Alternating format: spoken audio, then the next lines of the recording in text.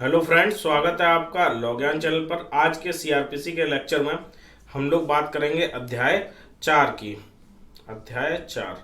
देखिए, अध्याय के नाम भी थोड़ा थोड़ा याद रखा कीजिए, क्योंकि कुछ कुछ अध्याय के नाम पूछे जाते हैं। हालांकि अध्याय 5 का नाम बहुत ज़्यादा पूछा जाता है, 4 का नहीं पूछा जाता है इतना, लेकिन फिर भी याद रखिएगा। अभी तक हम लोग क्या पढ़ चुके हैं? एक हम लोगों ने इंट्रोडक्शन का लेक्चर पढ़ा था, जिसमें हम लोगों ने देखा था कि क्या क्या है सीआरपीसी में। दूसरा लेक्चर हम लोगों ने डेफिनेशन का पढ़ा था। डेफिनेशन में 2 लेक्चर हम लोग पढ़ चुके हैं, ठीक है। तीसरा लेक्चर हम लोगों ने उसके आगे के जो सेक्शन थे डेफिनेशन से आगे के, वो हम लोगों ने कवर किए थे सेक्शन 6 से, ठीक है, जो दंड न्यायालयों के वर्ग के संबंध में और उनके आगे के पार्ट था, ठीक है। चौथे में हम लोगों ने पावर्स देखी थी, और इस सेक्शन में उसके बाद हम लोगों ने जो बचे हुए सेक्शन बीच के थे वो कवर किए थे। देखिए, एक दो कमेंट आ रहे थे, एक दो लोगों ने मैसेज भी किया कि सर किसी सेक्शन पर ज़्यादा टाइम दे रहे हैं और किसी सेक्शन पर कम टाइम दे रहे हैं। तो उसका कारण क्या है कि जिस सेक्शन से जितना ज़्यादा क्वेश्चन बनता है, मैं उस पर उतना ज़्यादा फोकस कर रहा हूँ, क्योंकि यहाँ पे आपका टारगेट ये नहीं है कि आप सीआरपीसी के मास्टर बन जाएं, है ना। फोकस उस सेक्शन पे है जहां से क्वेश्चन बनेगा। फोकस उस पॉइंट पे करता हूं जहां से क्वेश्चन बनेगा, और उस सेक्शन को बहुत कम टाइम देता हूं जहां से क्वेश्चन बनने की संभावना नहीं है। बल्कि मैं तो आपसे कहता हूं डायरेक्ट लेके बैठिए, कॉपी पेन लेके बैठिए, उस पर बस टिक लगा लीजिए। जैसे मैंने अभी आपको बताया था, सेक्शन 34, 35, सेक्शन 33, जो 33, 34, 35 है, इनसे केवल और केवल सेक्शन पूछा जा सकता है कि ये किस सेक्शन में प्रोविजन है।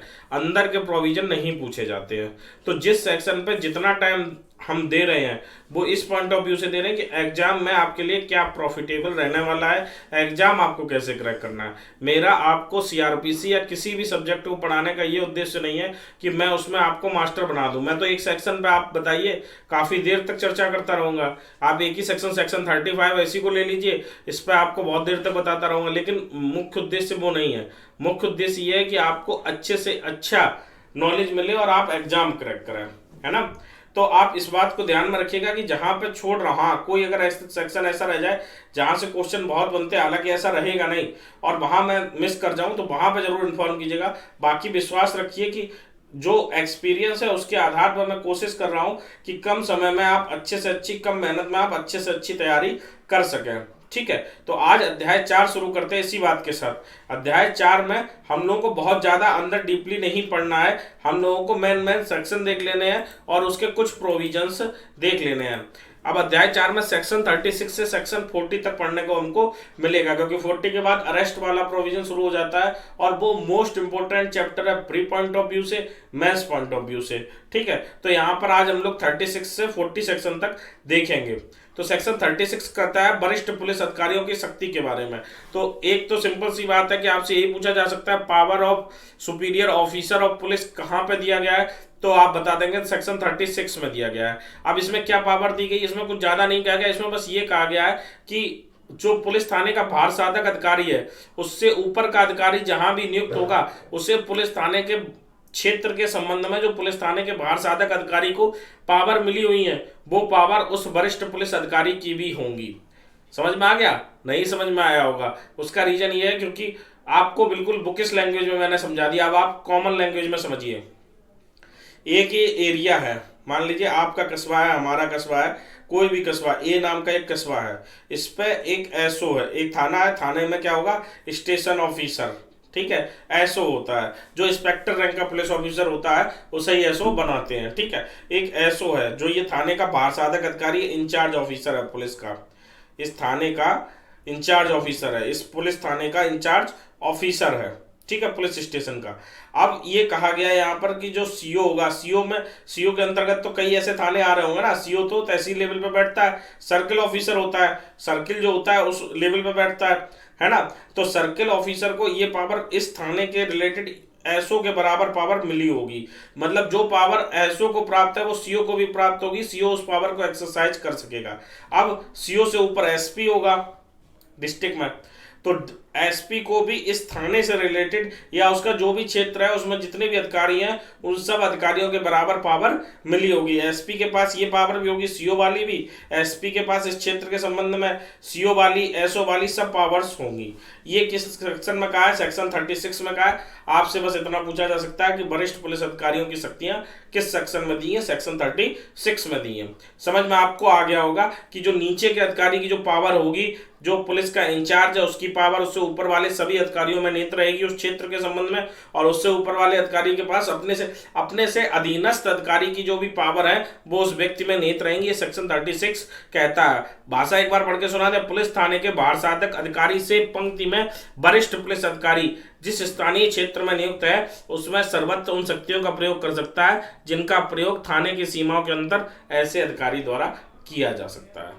ठीक है, अब आ जाइए सेक्शन 37 पे। सेक्शन 37 कहता है जनता कब मजिस्ट्रेट और पुलिस की सहायता करेगी।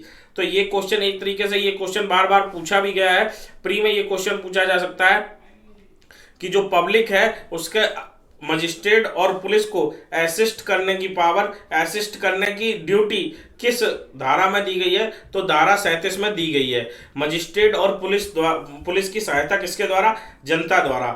देखिए ना, मजिस्ट्रेट और पुलिस की नियुक्ति किसकी सहायता के लिए होती है? जनता की सहायता के लिए। लेकिन कहीं कहीं जनता की सहायता की जरूरत इनको भी पड़ जाती है, और ऐसे में जब जनता की सहायता की जरूरत पड़ेगी तो जनता मना नहीं कर सकती है।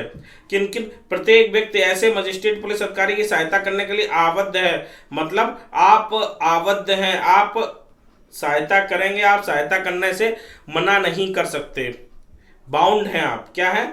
बाउंड हैं। ठीक है, ये डिस्क्रिशनरी पावर नहीं है जनता की कि हम चाहेंगे तो करेंगे कि चाहेंगे तो नहीं करेंगे।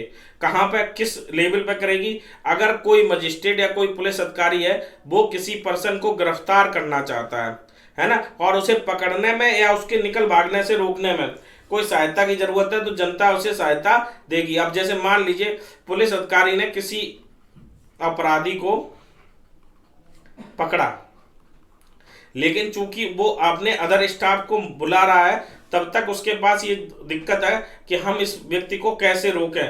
तो उसके लिए उसने क्या किया, बगल में एक घर था, उनसे कहा कि हमको एक कमरा दे दीजिए आप, ये जो आपका बाहर वाला कमरा है हम इसमें इसको बंद करेंगे और बस आधा घंटा लगेगा, हमारा अदर स्टाफ आएगा, तब तक हम इसको पकड़ेंगे, नहीं तो ये निकल भाग सकता है। तो वो व्यक्ति जिससे ये अनुरोध किया गया पुलिस अधिकारी द्वारा, हालांकि अनुरोध की भाषा इन लोगों को नहीं आती है, रियलिटी तो यही है, लेकिन जिससे ये अनुरोध किया गया है वो इस अनुरोध को मानने के लिए बाध्य है। ठीक है, नहीं अगर करेगा तो उसके अनुसार आईपीसी में प्रोविजन दिए गए हैं कि अगर पुलिस की सहायता नहीं करता है तो कौन सी धाराएं लागू होंगी, अगर पुलिस की सहायता करने से इनकार करते हैं तो कौन सी धाराएं लागू होंगी। ये सब चीज आईपीसी में स्पष्ट रूप से लिखी गई है ना। तो अभी मेन चीज ये है कि सेक्शन 37 में आपको ये समझना है कि वो व्यक्ति ऐसी सहायता करने के लिए पूरी तरीके से बाध्य है। ठीक है, अब दूसरा पॉइंट क्या है, अगर परशांति भंग हो रही है और उसके निवारण में पुलिस अधिकारी चाहता है कि कोई कार्य किया जाए। अब इसका एक एग्जाम्पल क्या है कि कहीं पर दंगा फसाद होने की संभावना है ना, या फिर परशांति भंग होने की संभावना है, और पुलिस ऑफिसर को लगता है कि अगर हम अपने जो पुलिस वाले व्यक्ति हैं, पुलिस का जो स्टाफ है उसको छतों पर तैनात कर दे तो वहां से नजर रखी जा सकती है ना। तो क्या कोई जो सामान्य व्यक्ति है वो छत पर पुलिस को जाने से रोक सकता है? आप ये नहीं कह सकते कि मेरा घर है हम नहीं जाने देंगे। अगर आप ऐसा कहेंगे तो आपको पुलिस अधिकारी की सहायता न करने के लिए सेक्शन आईपीसी के सेक्शन 176 में, आईपीसी के सेक्शन 202 में और आईपीसी के सेक्शन 177 ये सब आप पर लागू होंगे और वहां पर दिक्कत आएगी आपको, है ना। तो ये जो सूचना देना, सहायता करना, इसमें आप पुलिस अधिकारी को रोक नहीं सकते। अगर पुलिस अधिकारी चाहता है कि वो आपकी छत पर पुलिस तैनात करे ताकि प्रशांति भंग का निवारण किया जा सके तो आपको उसको सहायता करनी होगी। तीसरा पॉइंट क्या है? तीसरा पॉइंट है किसी रेल, नहर, तार या लोक संपत्ति को क्षत पहुंचाने के कोई प्रयत्न कर रहा है, उसका निवारण करने के लिए अगर पुलिस चाहती है कि आप उसकी सहायता करें तो आप उसकी सहायता करेंगे। ये 37 में ये पॉइंट दिए गए हैं, इतना ही पढ़ लीजिए, इतना ही आपके लिए पर्याप्त होगा, क्योंकि इससे ज़्यादा एग्जाम में इससे नहीं पूछा जाता और मेंस पॉइंट ऑफ व्यू से ज़्यादा इंपॉर्टेंट ये धारा है नहीं। सेक्शन 38 क्या कहता है कि वारंट का अगर कोई वारंट का निष्पादन करने के लिए कोई पुलिस अधिकारी या पुलिस अधिकारी से भिन्न कोई व्यक्ति है, वो अगर किसी वारंट का निष्पादन करना चाहता है तो वो अगर कोई सहायता मांगता है तो उसको वह सहायता दी जाएगी। ठीक है, सेक्शन 38 केवल इतनी बात कहता है कि कोई व्यक्ति जो पुलिस अधिकारी नहीं है, पुलिस अधिकारी से अन्य व्यक्ति लिखा हुआ है, क्या लिखा हुआ, अदर पर्सन, पुलिस अधिकारी से अतिरिक्त कोई पर्सन है जो पुलिस अधिकारी नहीं है, वो वारंट का निष्पादन कर रहा है, वारंट मतलब न्यायालय के आदेश का, उसका निष्पादन कर रहा है और किसी व्यक्ति से कोई सहायता मांगता है तो वो दी जाएगी। 37 में किसको सहायता देनी थी, 37 में आपको मजिस्ट्रेट और पुलिस अधिकारी को सहायता देनी थी, और 38 में पुलिस अधिकारी से भिन्न व्यक्ति है उसको सहायता देनी है।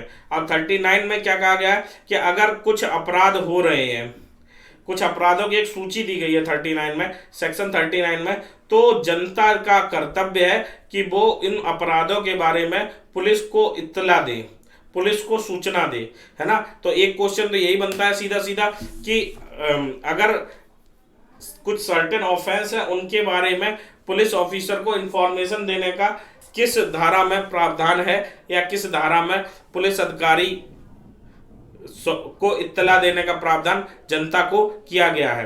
तो ऐसा व्यक्ति जो आईपीसी की जो लिस्ट दी गई है सेक्शन 39 में, उनमें से किसी अपराध को होते हुए देखता है तो उसके बारे में तुरंत किसको सूचना देगा, या तो पुलिस ऑफिसर को देगा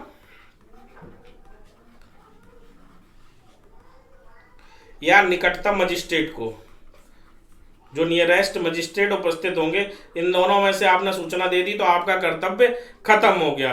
ये सेक्शन 39 कहती है। इसमें लिस्टिंग दी गई है काफी लंबी, सेक्शन 39 में 1 से आपकी दी गई है 12 तक, तो इसको पढ़ने की आपको कोई जरूरत नहीं है, ना ही यहाँ से क्वेश्चन आता है, ना ही आप इसको याद कीजिएगा। बस इतना याद रखिएगा कि सूचना देने का कर्तव्य किस धारा में, 39 में। ऐसे सेक्शन 40 में भी अगर गांव के मामले में कोई व्यक्ति नियोजित है ना, कि कोई व्यक्ति नियोजित है या सामान्य जनता जो निवास कर रही है वो भी, सेक्शन 40 क्या कहता है, केवल नियोजित व्यक्ति नहीं, अगर सामान्य जनता भी जो निवास कर रही है वो भी, एक तो हो गया नियोजित व्यक्ति,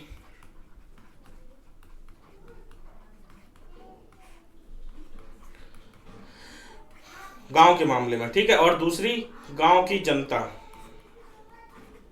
जनता मतलब जो वहां पर निवास कर रहा है, वो व्यक्ति अगर किसी अपराध को होते हुए देखता है जिसकी लिस्ट आपकी नीचे दी गई है सेक्शन 40 में, तो निकटतम मजिस्ट्रेट या पुलिस ऑफिसर को, पुलिस ऑफिसर या निकटतम मजिस्ट्रेट को सूचना देगा।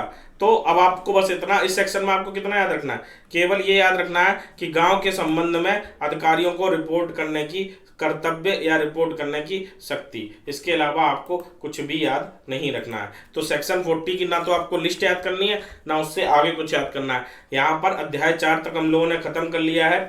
आज का लेक्चर थोड़ा छोटा था, लेकिन इसमें से 1 नंबर का क्वेश्चन आपके लिए बन सकता है। क्या क्या याद करना है और क्या क्या छोड़ना है, दोनों ही चीजें आप लोग याद रखिएगा। वीडियो लेक्चर आपको कैसे लग रहे हैं कमेंट बॉक्स में बताइए। मिशन एपीओ लिखना बिल्कुल भी मत भूलिएगा, क्योंकि आप लोगों का रिस्पॉन्स ही हमको प्रेरित करता है कि हम आपके लिए अच्छे से अच्छा वीडियो लेक्चर लेकर आए। बाकी अध्याय 5 से कल से हम लोग स्टार्ट करेंगे गिरफ्तारी से, और गिरफ्तारी बहुत इंपॉर्टेंट है, इसको बहुत अच्छे से तैयार करना है आपको।